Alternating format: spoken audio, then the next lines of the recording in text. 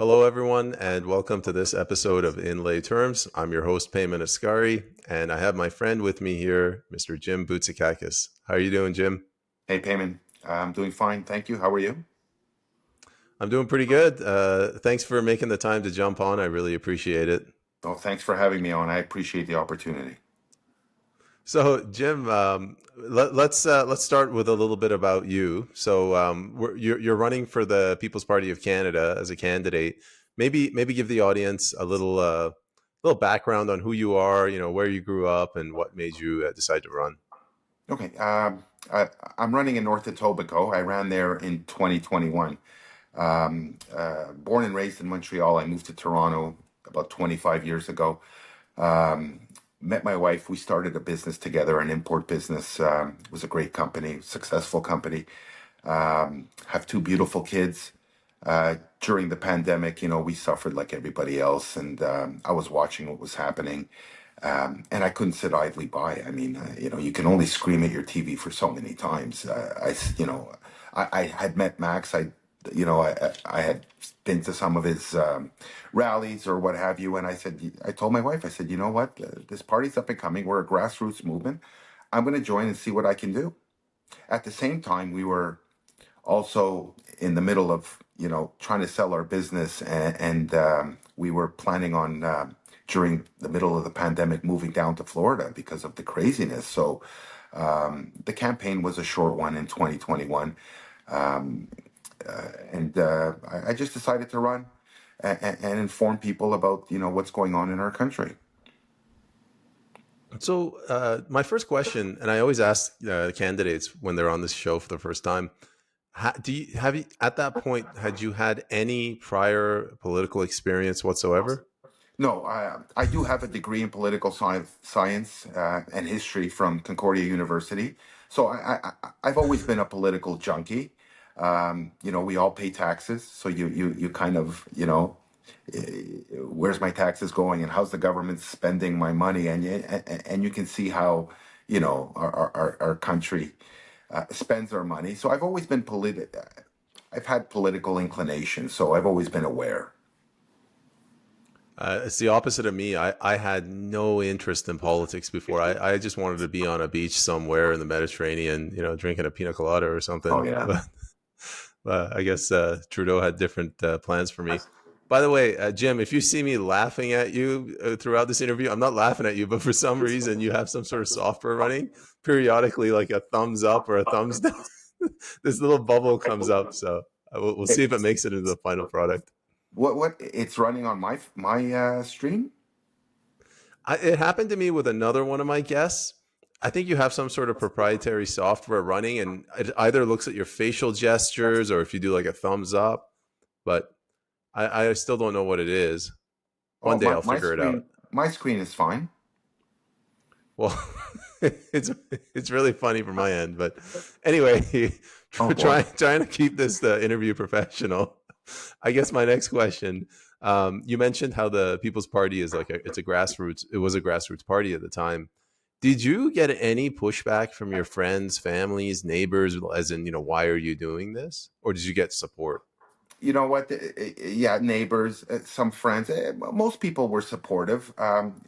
It was a crazy time for everybody, but at that time we had stay-at-home orders, we had vaccine mandates, we had vaccine passports, and most people went along with it. They were quite all right to deny entry, deny service, deny basics to their fellow citizens.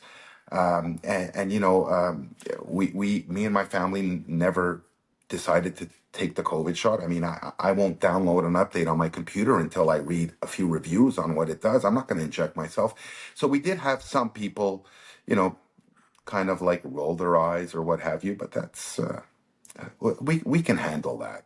But the message with the People's Party, I mean, there's people I know in Quebec that had their restaurants, their businesses shut down, and the government mandated curfews for 6 or 8 months. I remember in Quebec, and these people were friends of mine. Some of them were family, And, when we were talking about it, I said, your government, your provincial government shut you down. They destroyed your business. And now you're complaining that, you don't have customers in your store, in your restaurant, and you have to outsource everything to Uber and you're paying them 15, 20%. But you people also voted in the same premier. And he says, why? Who are you running with? And I said, I'm running with Max and the People's Party. And they said, oh, you guys are extremists. And I'm like, wait a second. The guy who locked you down, the person who destroyed your livelihood, the one who locked you in your home, they're okay. But our party, who advocates for freedom, advocates for no shutdowns, we're the extremists, and that's where we're at, Payman. That's what I can't wrap my head around with our fellow citizens. It's mind-boggling to me that people went there, that think like that. You actually answered the question I was going to ask you, which was, when you reached out to your friends that were restaurant owners and that were harmed by these policies, did they did they support you or did they not support you? I It remember. wasn't. Yeah, go ahead. No, it wasn't a question of support or what have you. We had a conversation, and I think a lot of people had conversations. Some people were okay with calling the cops on their neighbors if they had more than five people because their TV told them that. Payment, I'll say what I think.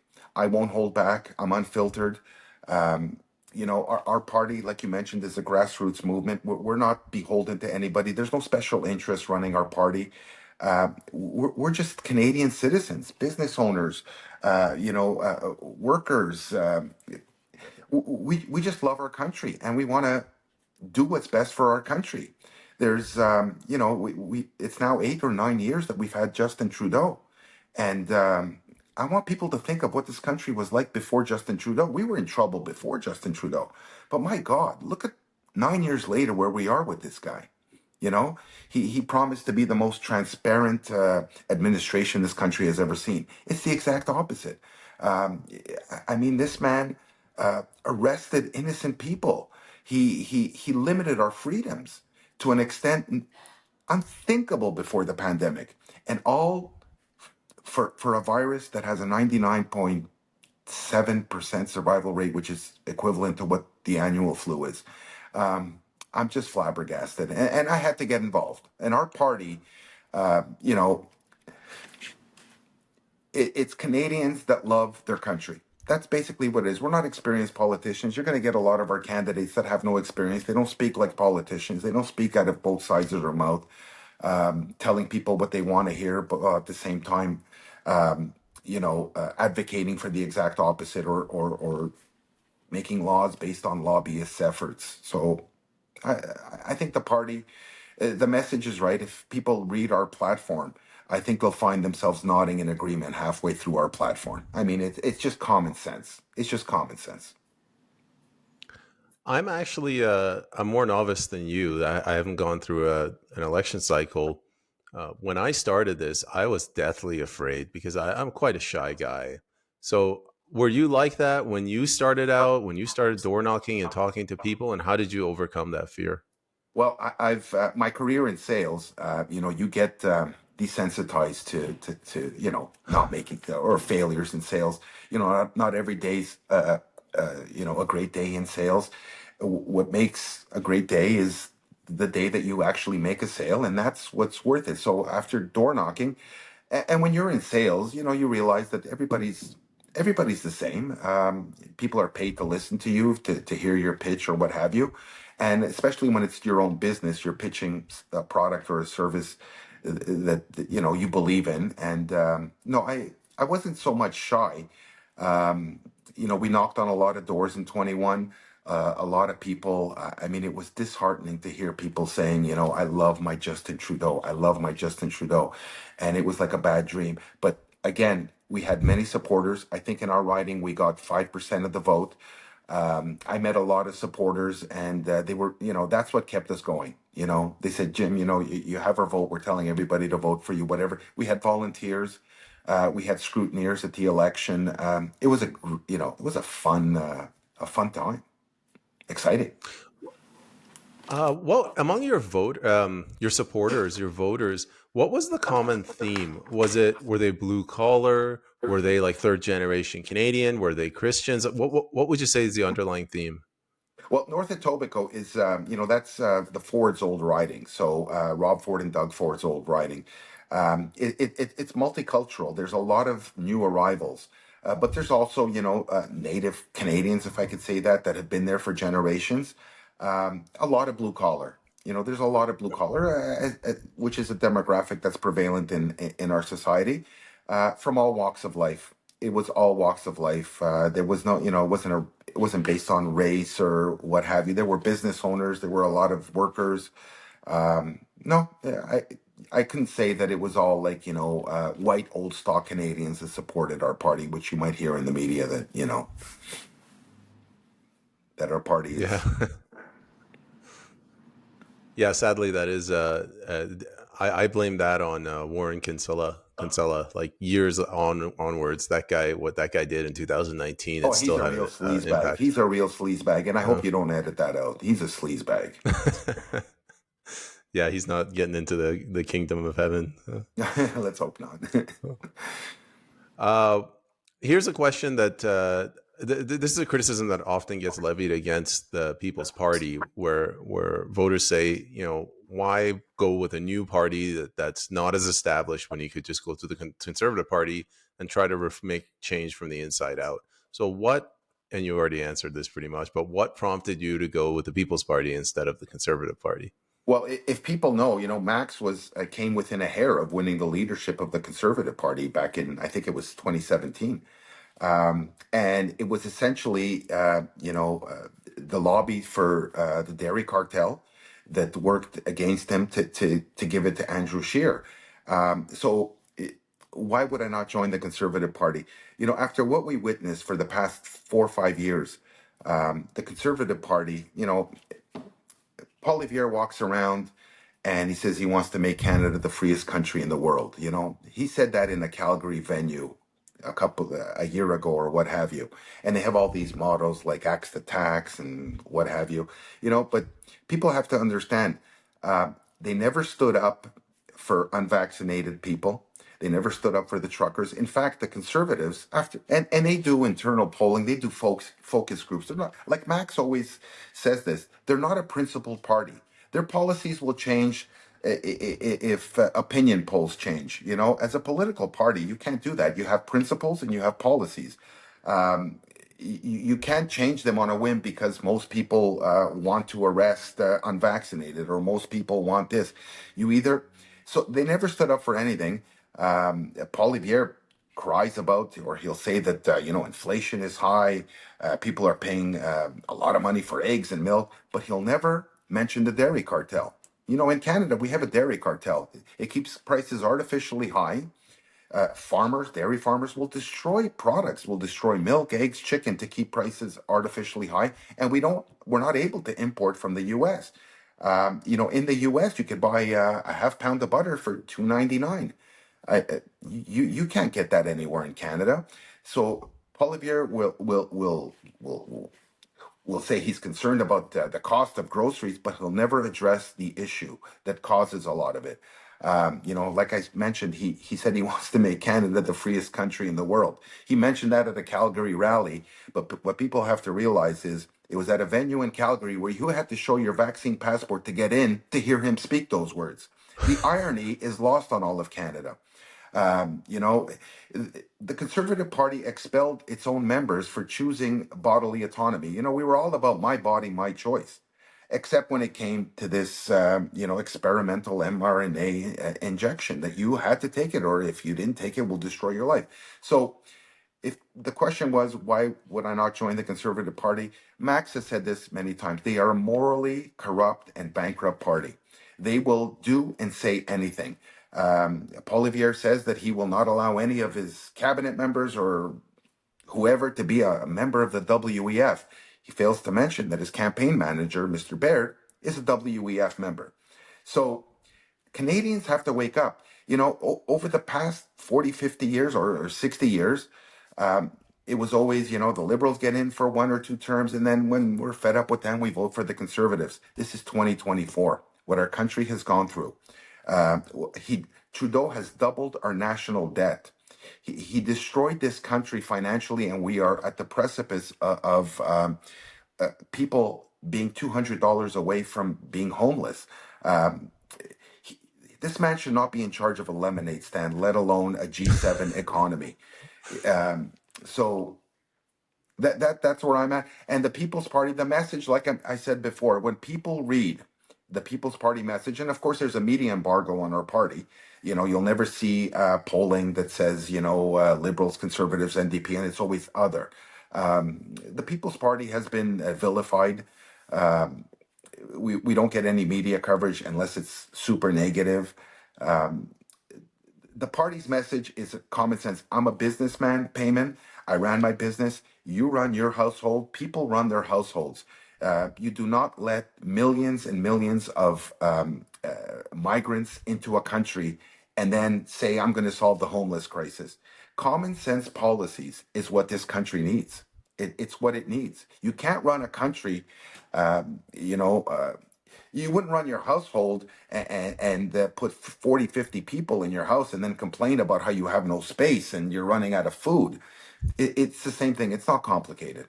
But Justin Trudeau, and to the same degree, Pierre Poilievre, I don't believe anything will change with Pierre.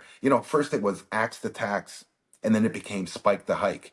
I want Canadians to see that progression. He won't axe the tax.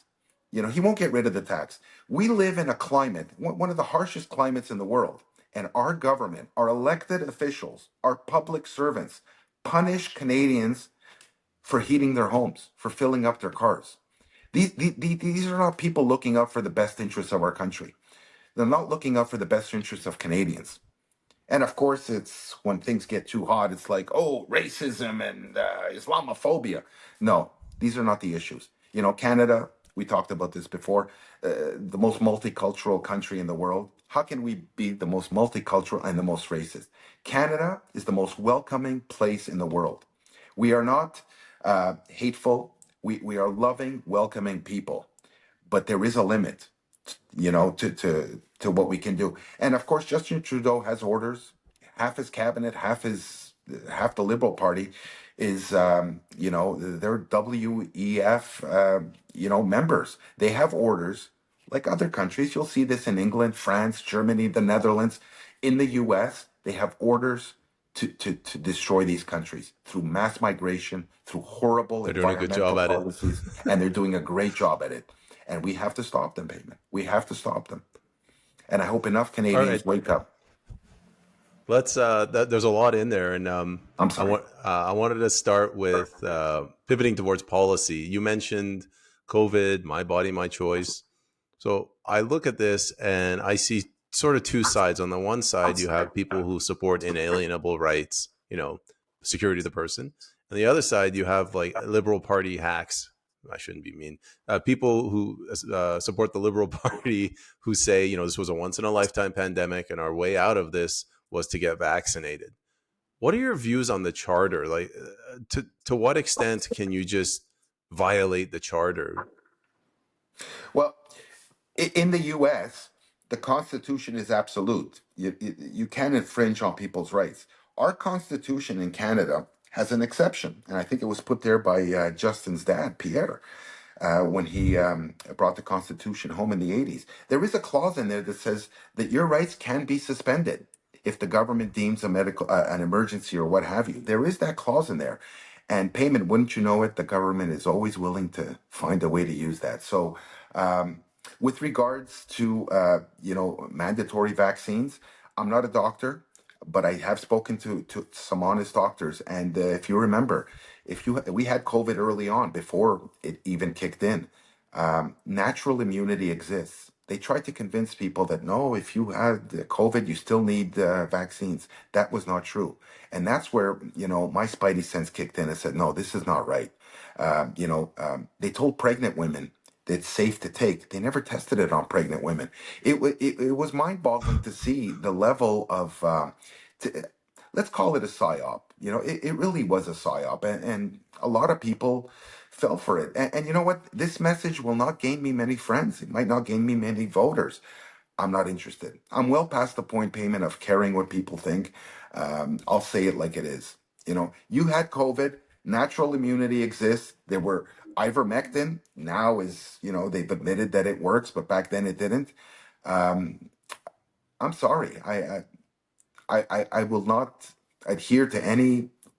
I'm not taking medical advice from blackface. I certainly am not taking medical advice from blackface. Stock boy. I my dog. I have a dog. She's pregnant right now, and I took her to the vet, and she had to get vaccinated. And the vet's like, no, no, no, we can't vaccinate because there's a risk of abortion, miscarriage. It's funny how they pay more care and attention to canines than they do to human beings. Well, funny you But should mention that. If God forbid your dog needed an X-ray or some sort of scan, you could get in there in a day or two. But us Canadians, you know, you could have a serious, you know, stage 4 cancer. There was a case I saw of a Edmonton person who was diagnosed surprisingly at the end of May with stage 4 cancer. They died in July, 8 weeks later, without ever seeing a doctor, without ever seeing a doctor payment. This is this is our country's healthcare system. It- how is that right? As Canadian citizens and an aging population, we should all be concerned. You know, our government has run amok. They have spent, they have doubled the national debt. Do you think services have improved? Do you think when people call Revenue Canada, they don't get that message? Your call is important to us, but your wait time is about 6.5 hours? No. In our healthcare, we have 10 bureaucrats for every doctor. 58% of what we spend on healthcare goes towards salaries, pension, and benefits for doctors and the bureaucrats. How is that a healthy healthcare system? But when you need an X-ray or you need an MRI scan because you have cancer, they tell you that you have to wait 6 months. This is not right. This is not a system that's, first of all, that's sustainable, and it endangers Canadians. A wait line is not healthcare. Getting on a wait list is not healthcare. So I'm sorry, I went off on a rant. Go on. no, that's fine. I too have noticed Canadians, voters, my constituents. They either say something to the effect of they don't mind paying taxes, but not when they can't get a doctor, or where they have the money, they say we just go to the U.S. Like it's, you don't want to risk your life just because you don't want to spend a couple $1,000s. Hospitals will tell you, yeah, if you want faster service, go to the US. I mean, you could pay into the our socialized medicine for 40, 50 years, and then when it comes time to use it, they'll tell you, oh, you know, we don't have space, you should go to the US. That doesn't seem right to me. That screams of, the need for reform. We need to reform that. What would your suggestion be for reform? I'm putting you on the spot, but do you have Reform any ideas? our healthcare system, I would look at it. And first of all, where can we cut costs? Like I mentioned, 10 bureaucrats for every doctor. I would like to have 10 doctors for every bureaucrat, or maybe 30 doctors for every bureaucrat. We don't need bureaucrats, we need doctors. We're sending money to Ukraine, billions of dollars. We send money to other countries, yet with the money we send, we could build billion-dollar hospitals every other month. But the interest on our debt that Justin Trudeau has gotten us in is approaching 50 billion a year. How many hospitals can we build with that? That's our tax money. Do other countries collect from their working class and send them to Canada? I don't think so. We need common sense. And I'm sure if you looked at how money is spent in healthcare or in any other department in the federal government, I'm sure there's a lot of waste payment. I'm sure there's a lot of waste. Bonuses, the CBC, that Gong Show, the CBC. What do they have? 400 viewers and they get 1.4 billion. They have 144 executives. I think your podcast might have more reach than the CBC does. I wish, but you're too kind. Jim, let's pick up on another thing you mentioned. You were talking about roughly, I think you were talking about the carbon tax, but just subsidies in general. So taking my tax dollars, your tax dollars, and giving it to like an EV battery manufacturer, putting aside the fact that they wiped out farmland to build it. What are your views on subsidies? Uh, Subsidies, corporate welfare. I mean, absolutely not. Taxpayers should not have to pay. We get in Ontario, we gave Volkswagen, I think, 13 billion, or an EV company, um, billions and billions of dollars to build a plant there. In business, if that company will not come there just based on a business model where you look at it and say that it's a great place to build a business. Canada has skilled workers in the auto industry, especially Ontario. But if you need to pay them $13 billion to come and build a plant there, it's not a business model. And recently we heard that, was it Ford or one of them, who got billions to build EVs, have decided, no, we're not building EVs anymore. We're going to go back to gas engines because that's what our customers want. I don't think they're returning that money. Corporate welfare payment? No, absolutely not. It is a way the government, they give it to consultants. Do you know that Justin Trudeau's Liberals in 2022 spent 18 or 20 billion dollars on consulting? Consulting, 18 to 20 billion. You can look that up. 18 to 20 billion on consulting fees. That screams of corruption to me.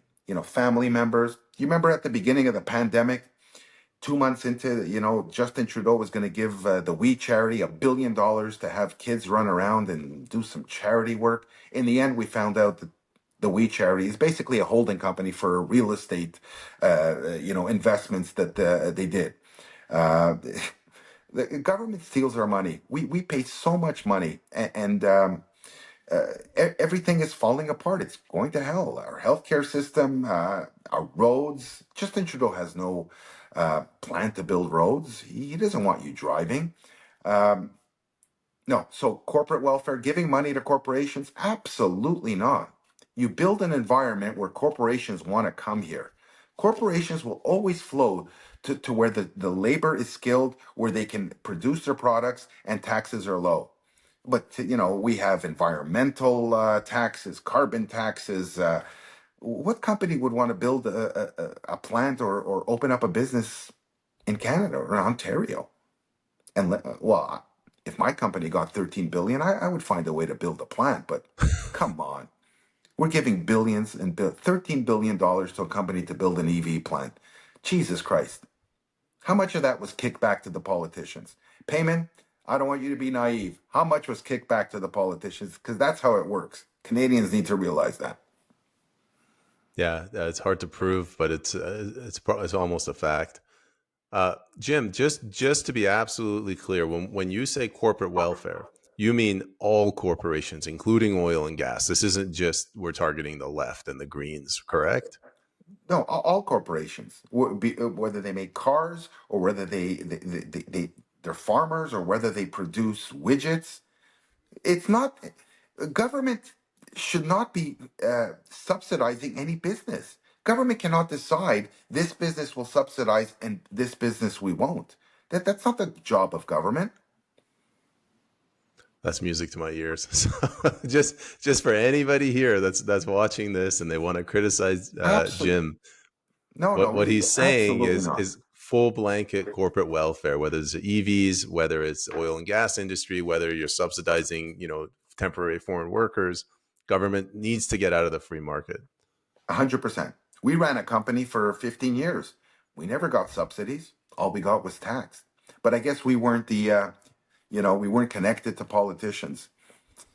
Billions and billions of dollars they give away because, they'll never lower taxes payment. Government will never lower your taxes. They'll just keep asking. It's never enough. More and more. People think we pay higher taxes because we have a high standard of living. We want to solve the homeless problem. There are record homeless in this country, and there are record visits to food banks. And we are at record levels of taxation.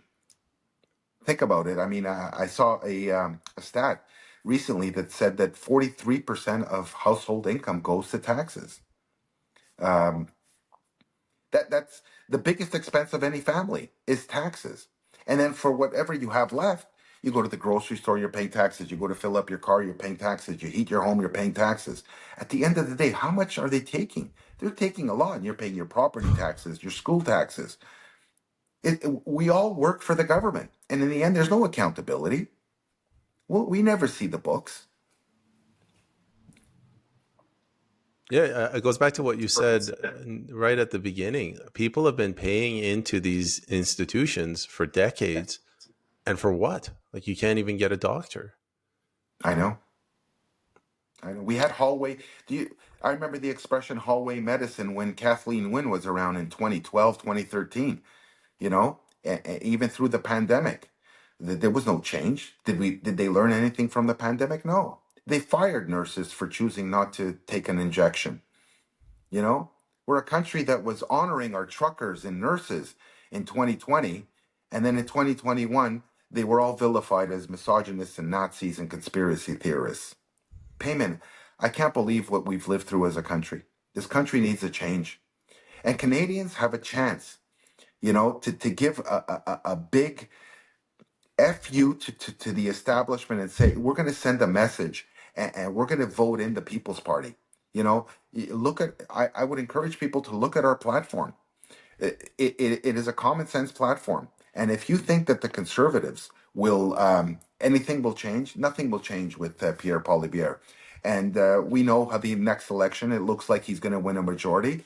Um, I hope you play this video in 4 or 5 years. Nothing will change with Pierre Poilievre. Nothing will change. The carbon tax will remain. He said he's going to get rid of the CBC before noon on the first day. I'll bet everything I have, Payman, that CBC will still be there. At the very best, he'll stop increasing the funding, but nothing will change. Canadians have a chance to vote in members of our party to have a voice for ordinary Canadians, ordinary, hardworking Canadians that pay half their income to this trough in Ottawa, and then with no accountability, and then to be labeled as racist and misogynist when you protest. Let's switch over to talk about immigration. I stopped counting, but I think upwards of 2 million they let in last year. And if anybody wants to fact check me, that's immigrants, PR, returning immigrants, temporary foreign workers, students, whatever you call them. 2 million were added to the population. What do you think their motivation is for doing so? I mentioned this earlier in our interview. Is it a coincidence that Canada, the U.S., and Western Europe is inundated with migrants, and the elected officials of all those countries are facilitating it, not trying to stop it, facilitating it. So immigration in Canada, I think our immigration system was the envy of the world. I think we'd let in 300,000 or 400,000 a year.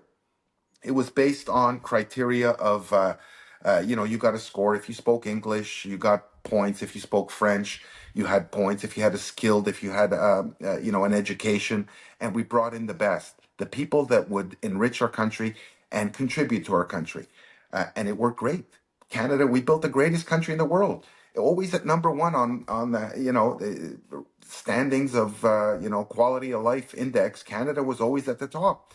So we went from importing 300,000 or 400,000 legal immigrants, like my parents are immigrants, Payment. They came here in the 60s, to now bringing in 2 million, and that's the official one. God knows what the real one is. Um, how can how can the government justify that? There's no homes for these people. The inflation we're experiencing is due to the fact that there's just too much demand. There's no supply. Home prices, people can't afford to live. Well, what do you think is causing that? I'm afraid to say this, Payment. It's all by design, and it's not a coincidence. It's all by design. And Trudeau, I mean, God forbid this guy remains in power, he will destroy the country in another 4 or 5 years. How can we let in 2 million people, um, you know, and not have a place for them to live? Where will they live? How will regular Canadians adjust to the inflation, to not being able to find a home, to their healthcare being inundated with millions of people that have not contributed into that system? Everything is stretched in Canada, our healthcare, our education system. So what does the government do? It imports 2 million people. I mean, madness. I consider that madness. Jim, I want to stay on the issue of immigration. There's just so many different things to talk about. Let's focus on the Multiculturalism Act. I was talking to a member of my community. Her parents brought her here in the 40s from Hungary. And she said when she got here back then, like on a regular basis, the Canadians would tell her, you must integrate, you must become Canadian, you have to follow our ways of life. And, she didn't like it, but eventually she assimilated. That's completely gone now. And like, what are your views on this concept of multiculturalism?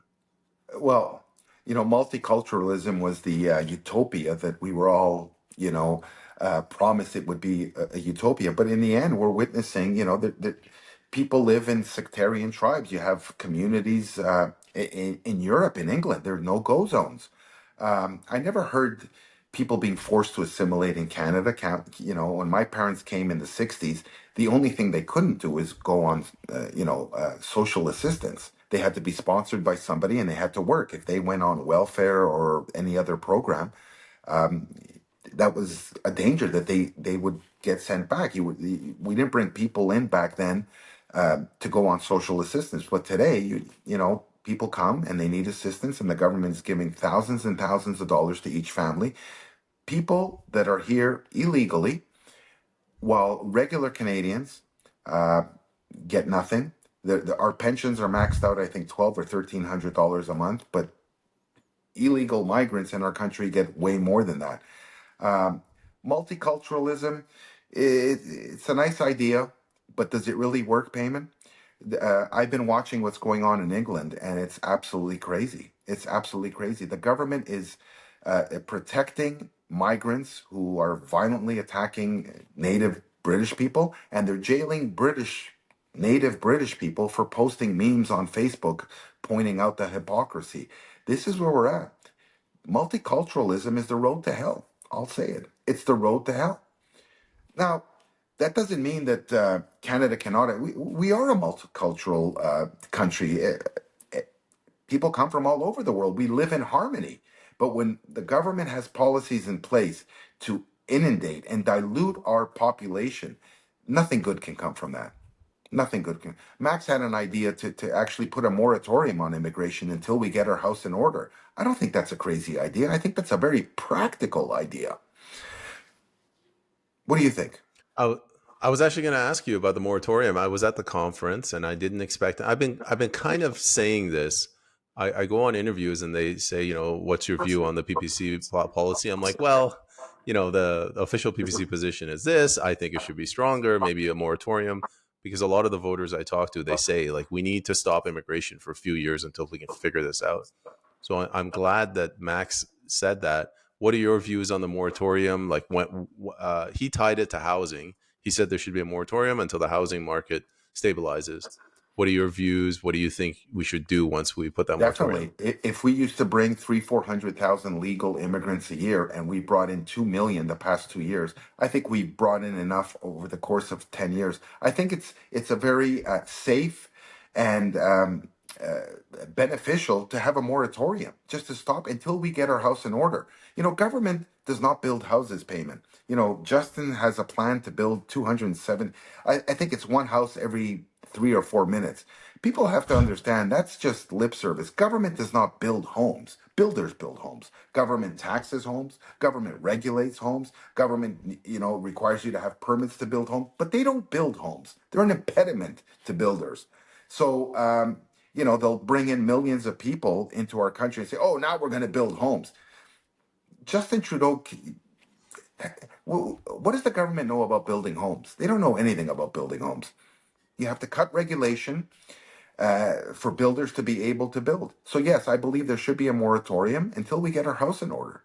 We need to scale it back. Pun intended, until we get our housing market in order. Yeah. um, Jim, one final question on immigration. This one's a tough one, so you might not be able to answer. It's not clear cut. Temporary foreign workers. Where should the People's Party draw the line between free market, so the government doesn't interfere with businesses' ability to bring in foreign workers, and regulating the number of people that we let into the country? Where would you draw that line? Well, uh, our business had a customer up north near Barrie, and he had a retail outlet, and a lot of his customers were Mexican foreign workers brought in by the farmers up in that area to pick the fields. And every year they would come in. So, he would need, winter wear for them because they're not accustomed to the climate in October and November. There's no issue with foreign temporary workers. Businesses need those. Farmers need them to do their crops. But there was never an issue of people overstaying or illegally staying. So, people from all over the world now are using that. Oh, it's temporary foreign worker, but you're not a temporary foreign worker. You're using that to get into the country and then overstaying your visa. There's nothing wrong with actual temporary foreign workers. There never was. It's just being used by people to get into the country and then demand that it gets renewed and demand that we stay. Because once you have a foot in Canada, you can make demands and the government can cave. But we have no problem with temporary foreign workers. Businesses need that. So I just realized, I'm assuming temporary foreign worker is a status. So, you apply for a visa and you come into work. What they're doing now, and a lot of Iranians, I'm Iranian, they're doing this. They get a tourist visa, a visitor visa, and once they get here, they can just modify it to a 5-year working visa. So that's another issue. And I'm guessing after that they can apply for citizenship. So if anybody's watching this, there's many avenues not beyond this. So Um, if you come in on a tourist visa, and you're basically telling our border agents, I'm here to visit the country and visit relatives. And then 3 months later, you're applying for a work visa. You committed fraud. You lied to the border agent. You were not here on a tourist visa. You were here. Yeah, you're right, but we're operating in clown world now. Yeah, This you're is right. not. You're right. We're past that, man. No reason based arguments here, Jim. This is You're right. 2024. All right, Jim. Let's move on. What are we at? We're at 40 minutes now. So housing. What do you think is the root cause of the housing crisis? Government. Government is the problem when it comes to housing. They created the crisis, bringing in millions of people with nowhere for them to live. The overspending during COVID, the helicopter distribution of money all over the country. We are paying for this now, 3, 4 years later. Stay at home, the government will pay you. Um, Interest rates were at 1.52%. Now they're at 6, 7, and 8%. How can people manage that? People's mortgage payments went from $900 or $1,000 to $2,500, $3,000, and their salaries did not increase incrementally at the same rate. How can people survive? How can people live their lives? How much can you cut back? So the housing crisis is, I would say, directly linked to our immigration and government economic policy, which has exasperated, our finances. Our country is in deep financial trouble. Look at our dollar, look at our inflation rate, look at mortgage rates. Our country's in trouble. Blackface has really done a number on this country, man. And I'll keep calling him Uh, blackface because, the media won't. Can you imagine if Max was ever caught using blackface or anything like that? You'd never hear the end of it. So I'll keep calling him blackface. if Max did that, they'd probably call in NATO or something, Yeah. treat it as a war crime. Um, what next? Let's move on to the economy. Um, I you mentioned earlier that we're paying $50 billion interest on the debt. I read somewhere that since 2000, when did Trudeau get in? 2015. 15. 15. Yeah, so since just before Trudeau got in 2015, money started leaving the country, and when Trudeau got in, since then he's like doubled the workforce, like the size of government. Are Yeah. we witnessing? No, go Sorry, ahead. I guess my question is: are we witnessing the transition from a mixed economy, or I don't know, free market economy, mixed economy, to a full on government run economy? Unfortunately, I think you're right. The smart money in 2015. People with money are not stupid, payment. They can see what's on the horizon, and they'll protect their assets and their wealth and go where it's more welcomed. We went from 200,000 public servants in this country to over 300. He's added over 100,000 public servants. So, when they report that unemployment is down, government employees are not the same as private employees. You look at the country of Greece. 60% of the country was employed by the government. In the end, we saw what happened in 2010. There's nobody left to pay the bills. You know, unfortunately, he's creating a country that's not competitive. He's creating a country that is essentially, you know, a socialist state where everybody works for the government. He's discouraging. He shut down a lot of independent, medium-sized businesses during the pandemic. And yeah, the only growth business we have in Canada is government. But I don't consider government jobs, they should be excluded from the stats. Private sector jobs should only be, the government can decide tomorrow to hire 50,000, 100,000 so they can look good for the next election. We should not be counting government jobs.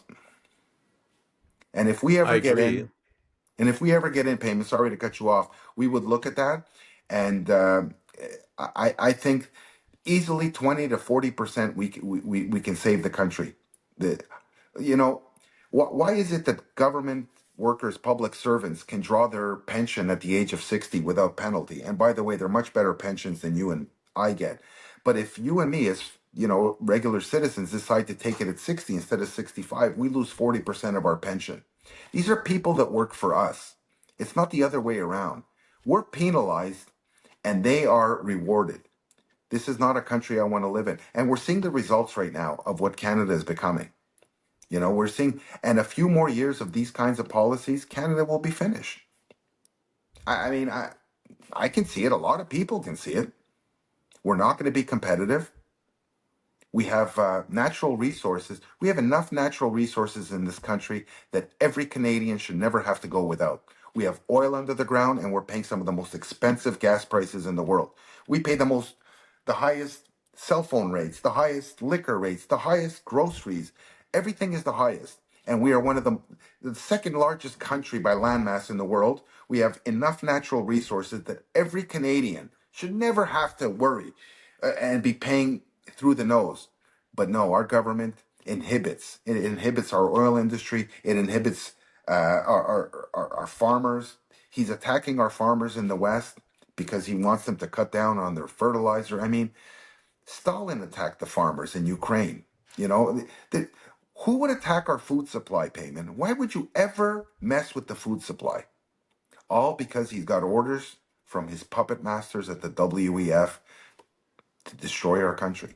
And I'm sorry, that's the truth. Canadians may find it hard to believe, and maybe they'll have to hit rock bottom before they realize it. Our government has traitors. We know that. It was leaked out that there's people in parliament, elected officials, public servants that are working with foreign governments, and the government will not reveal their names. How dare they? How dare? And they laugh. And they say, the smirk on their face, we're not going to reveal that. That's disgusting. We need to take our country back, payment. We really do. This country's not run by our public servants and our elected officials. We will not allow them to dictatorially decide what we can and cannot do, where we can and cannot go, travel mandates, vaccine mandates. These people have become drunk with power. They wake up every day thinking of new ways to tax Canadians, to increase our costs. They don't even vote anymore for tax increases. They just loop them in every year. They're going to be increasing. Our party would get in there and say, you know what, where can we decrease? Why are we paying $1.80, $2 for a liter of gasoline? We have enough oil in this country that Canadians should not be paying that. We should not be penalizing Canadians for heating their homes and filling up their cars. I wanted to go back to the concept of sustainability of socialism. Uh, Without getting academic, I'm looking at the people that are fleeing the country. So they're taking their businesses, moving to America, Mexico, South America. And I'm seeing the government increasing spending frivolously. Like they're bringing in migrants and they're subsidizing their salary at 50%. I know. And you don't need to be an accountant to know that you're burning that candle at both ends. How many more years, and what will happen? Will the country just implode? How can the government, tell a business that we'll subsidize 50% of this newcomer salary, but if you hire a native Canadian, you're not getting any subsidy? That is disgusting. That is disgusting. That's, call it reverse racism, call it what you want. The government, anything the government gets involved with payment turns to shit. We know that. So they're going to subsidize a business to hire a select group of people, but punish them if they don't hire that select group of people. I mean, the market can always, regulate itself. The market will always adjust. People will build more widgets if they're selling more widgets. People, and Canadians are not racist. At our company, we hired people from all walks of life. Asians, Canadians. It was based on merit and qualifications. It wasn't based on, your race or affirmative action. We need to get back to that. We really do. You touched on something important, and somebody mentioned this to me earlier today, actually, when I pointed out, they're subsidizing foreign workers' salaries at 50%. It's communist, and the guy's like, yeah, but it's racist. So it is racist, It but is. I'm so worried about this communism that's coming in that I'm not even focusing on the racism at the moment. I know But you're right. it is racist. I mean, we saw University of Calgary post an ad up for a professor. Whites need not apply. When did this happen in this country, Payman? When did it happen? And when did it become acceptable? When did people not rise up and say this is wrong? People will go to a Braveheart movie and root for Braveheart. They'll watch a movie and root for the freedom fighter. But in reality, we have seen over the past 4 years, and I hate to say this, a lot of people are sheep. And I mentioned this on my social media. There's a lot of sheep that will do whatever their TV tells them. And I'm well past the point of caring what people think. We need to take our country back. And if people don't wake up, we're going to lose our country. We'll be sitting here in 20 years, swarmed with new migrants, an absolute devastated healthcare system. Our society will collapse. And I think that's part of the plan. And they want to bring in digital currency. They want to bring in land controls. They want to limit your travel. They want you to drive electric. They want to limit how many times you can take a plane, how much meat you can eat, how much gas you can use. I think that's where we're headed. And in order to get there, I think they have to create chaos in order to implement some of these policies where they believe that Canadians will actually beg for their digital currency and their limited control. I don't want to live in that country, Payman. I have young kids, and that's not the country I envision for them. And I will fight like hell. And that's why I got into this party to try to make a difference and try to convince people. Jim, as we're finishing up the episode, I always like to leave the audience with a message of optimism. So, what do you see that's going right in Canada, or what gives you hope for the future? Uh, we do have support as the People's Party. Um, I do speak to a lot of supporters, and it's what keeps me going when they ask you not to give up, because there's been times where I don't need this payment. I have a good life. I've been blessed in life. I don't need to do this. People reach out and say, Jim, we need to get this message out. You seem to be somebody that's capable and willing. Um, and the optimism they share that we can beat these tyrants back is what I would like every Canadian to realize, that we have the power as Canadians, as the general population. They don't. They fear our power. We do have the power as the people. They are small men. These are little tyrants. We have the power, and if we all stand up and unite, and that's why we need to send People's Party candidates into Parliament. If we unite and send a message to the establishment, to the WEF, to Justin Trudeau, to all these bought off politicians, that we're not going to take this anymore. We want change. That's a reason to be optimistic, and I hope Canadians, lean towards that when they do go vote next time. So I'm optimistic about that.